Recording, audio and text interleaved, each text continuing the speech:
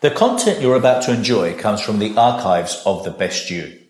We're devoted to the very best in personal development, with a platform and resources dedicated to inspiring and changing people's lives.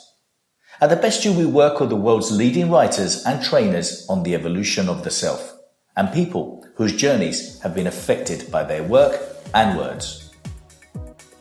These Best You EXPO talks are recorded in front of a live audience in a live event. We highly recommend that you focus on the message. As they say, what you focus on expands. Enjoy. Lindsey Hood. The title of our talk is Stop Feeling Like a Fraud in Your Own Life. Lindsey will talk about the Impostor Syndrome, what it is, why it happens, and the strategies to overcome it. A gentle yet powerful life coach, Lindsey specializes in working with amazing, successful women who secretly struggle with negative feelings. Now, my experience is that there's a lot of people out there that have the imposter syndrome, and it's a very, very interesting subject, so this is worthwhile listening to. Thank you so much. Enjoy.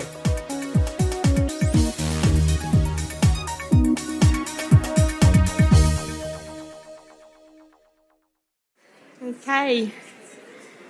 Hello, everyone.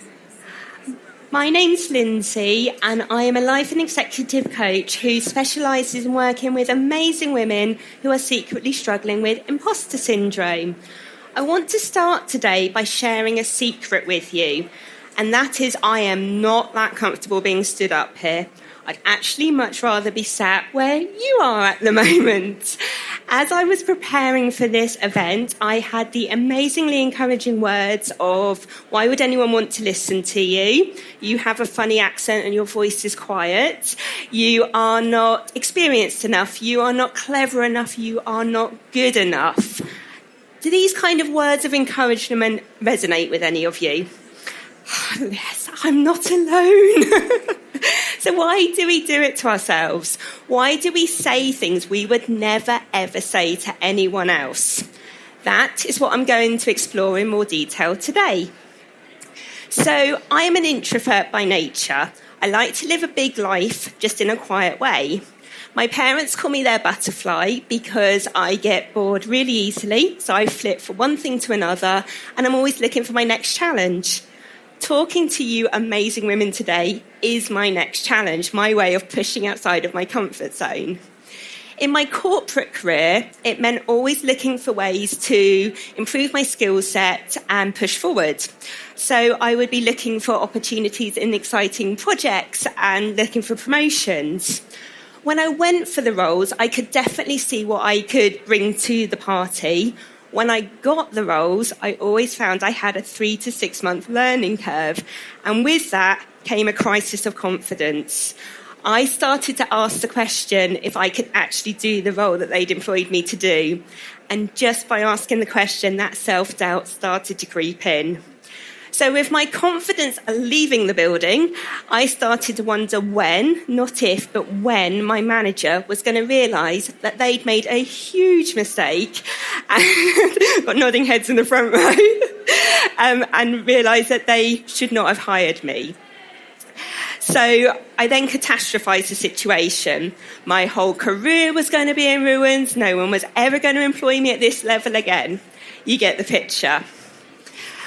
So I so wanted to prove myself and prove the person that had hired me had made that right decision. So the only strategy I had at the time was to work harder, to put in more and more hours.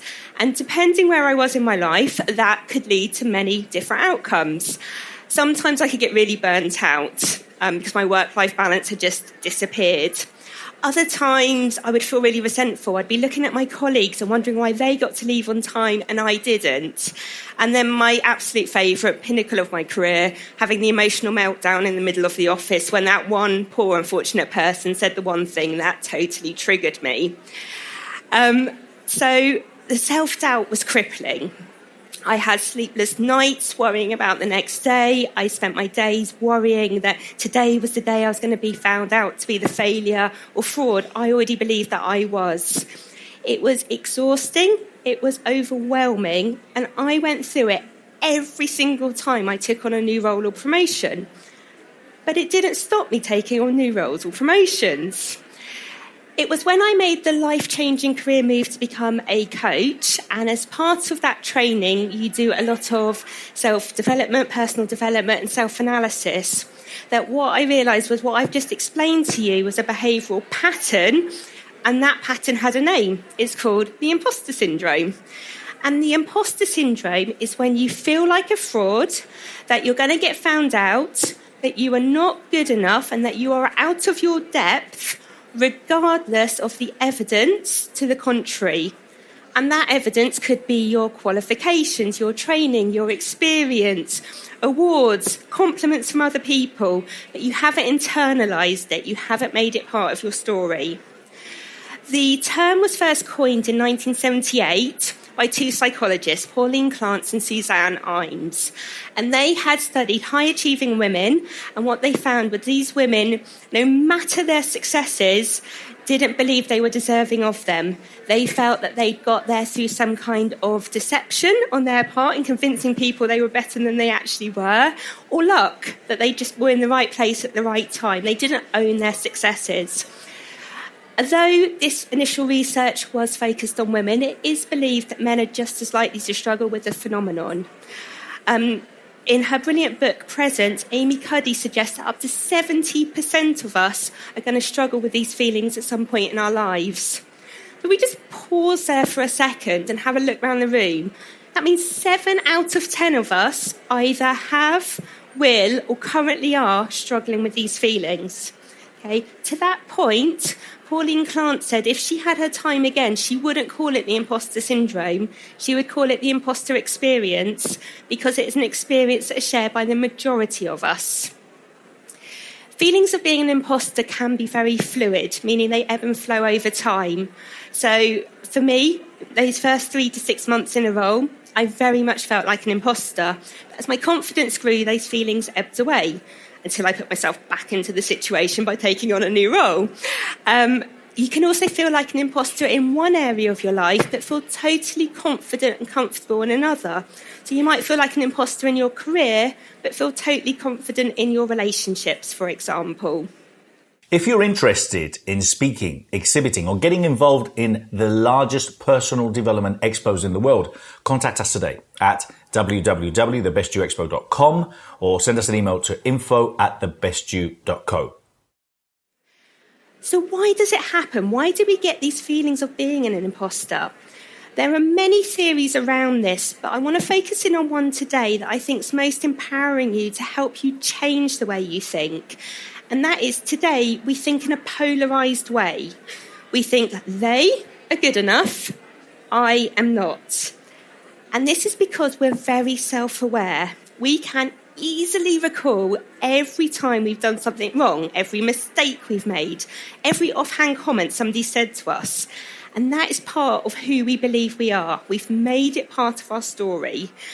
And so whenever we're doing anything that feels we're outside of that, of who we see as our identity, we feel like we're acting, we're not being, we're acting in a certain way.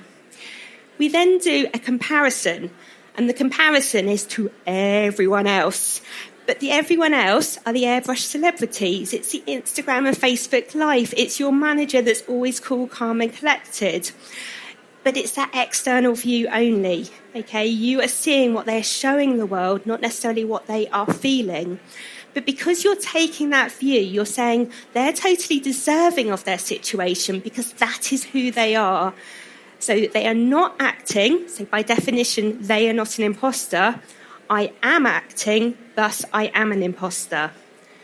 To further illustrate this point, last year I did some independent research around confidence. And one of the questions I asked participants was, whose confidence would you most aspire to have? And Michelle Obama topped that poll. You may also be aware that Mrs. Obama is quoted as saying towards the end of last year that she still sometimes struggles with feelings of being an imposter. So we see this amazingly confident woman, but how she's feeling is very different. Okay? Couple that with the statistic that 70% of us struggle with these feelings. Okay, that means the them that we keep referring to statistically has to be more like us than we realise. So remember, the image you see isn't the same as how somebody is feeling. Okay, if you're feeling like an imposter, it can impact your life in many ways. And I want to talk about 4 of them today, purely because sometimes things become very habitual to us. So they become behaviours and thoughts that we just do, and we forget that actually we have a choice. So by becoming more self-aware, you can then notice these and then decide if you still want to behave in that way. And the first thing to become aware of is, do you undermine your achievements? And this can be self-talk, but it might also be what you're saying to other people. So it could be, so some examples. You think about your degree and you go, oh, it was from a lower ranked university, or it was an easier degree, so anyone could have got it. You get a promotion and you say something along the lines of, somebody congratulates you and you say, well, I must have been the only person who went for it. You are dismissing your achievements as achievements, but you're not giving yourself any value to that. So you're further cementing those feelings of being an imposter. Something else to be aware of. Are you a perfectionist? Okay, it's where we hold ourselves to that impossibly high standard. And then every time you are less than perfect, your risk is that you further think that you're an imposter. Because if you weren't, you'd be able to achieve that stupidly high standard, right? Okay. Perfectionism, though, is very subjective. My idea of perfect isn't going to be the same as yours. And we tend to hold ourselves to a much higher standard than we would anyone else. I do believe in doing your best, but I also believe in being kind to yourself. If you got 50, 60, 70, 80% in an exam, would you be pleased? Okay, sometimes good is good enough and done is better than perfect. Another thing to be aware of, excuse me, and this is one I totally relate to, is overworking, where you put in more and more hours to prove yourself. The risk is, though, you do become exhausted. You then realise you're not doing your best work because you're exhausted. You then get into a cycle because you're putting in more hours to prove yourself and getting even more exhausted. And the 4th thing to be aware of is, do you have a fear of failure? Okay, I love the saying, what would you do if you knew you couldn't fail? But what if there was no failure at all, just feedback? Yes, some mistakes are bigger than others, but the majority can be corrected or learnt from.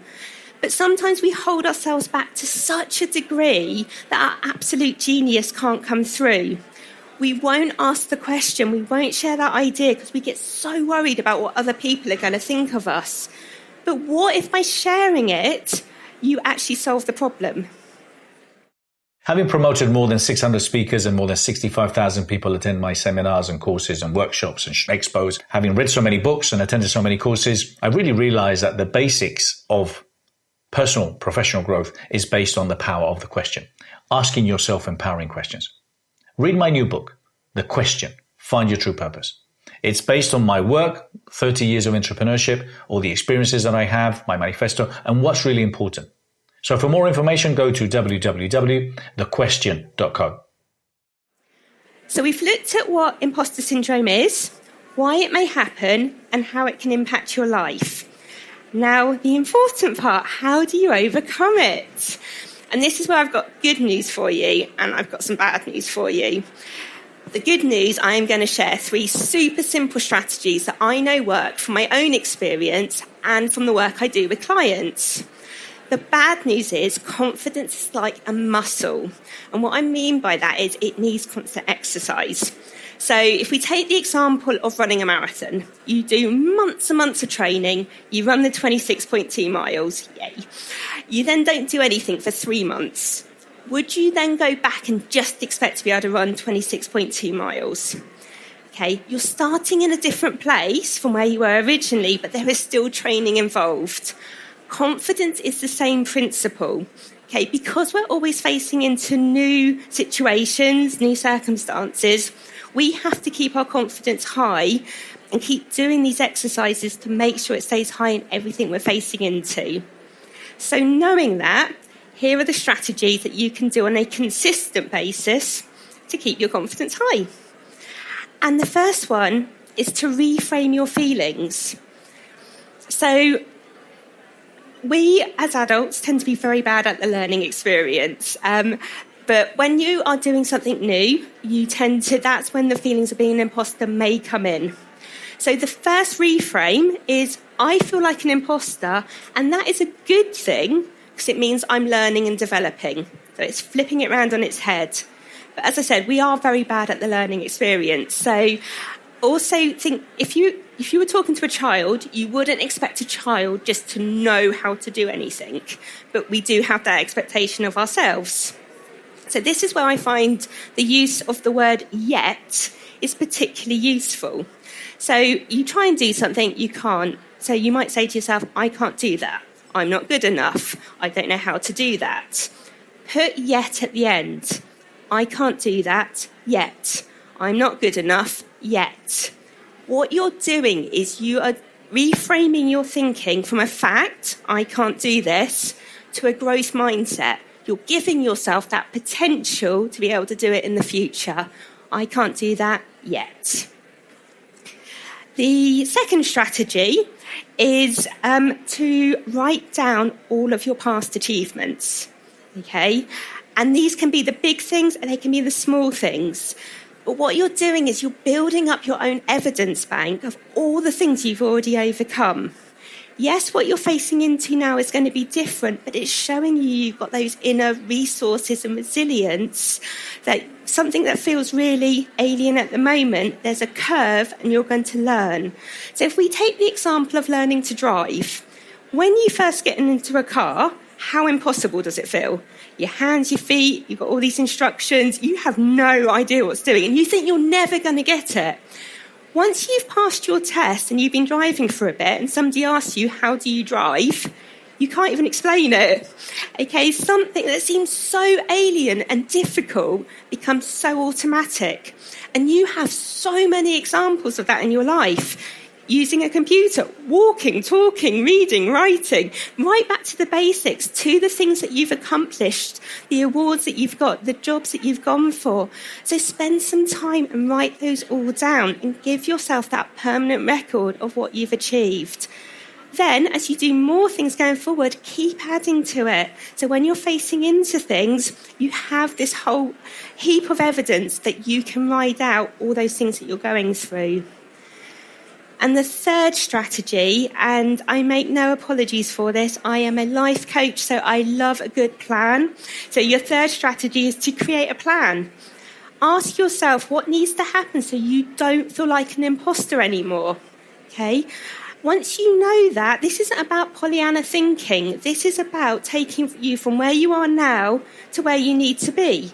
Okay? So work out exactly what those steps need to be. It could be that you need a mentor or coach. It might be that you need to speak to your manager. You might need a new qualification or training. It might be you've got to work on your mindset. You might just need to refer back to that list you've just written of all the things you've already achieved in your life to remind yourself.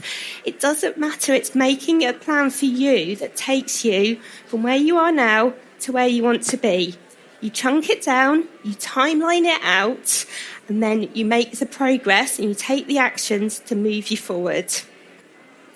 So learning to accept myself, my perceived warts and all, has led to increased emotional freedom. It's why I can stand here today, knowing it's not my most comfortable state, knowing I've made a few mistakes along the way, but being okay with that. I'm a work in progress. And that's what I coach women about, is to feel good in your own unique awesomeness, to feel genuinely confident, to know what you are bringing to the party, to see yourself as others do, and to be able to show up in all of your wonderful glory. And that's my wish for all of you too. Thank you so much for sharing your time with me today. I am in the Empowering Women Zone if you want to come over and have any conversation about imposter syndrome, any questions, or we've got some more additional free resources if you want them. Thank you so much for your time.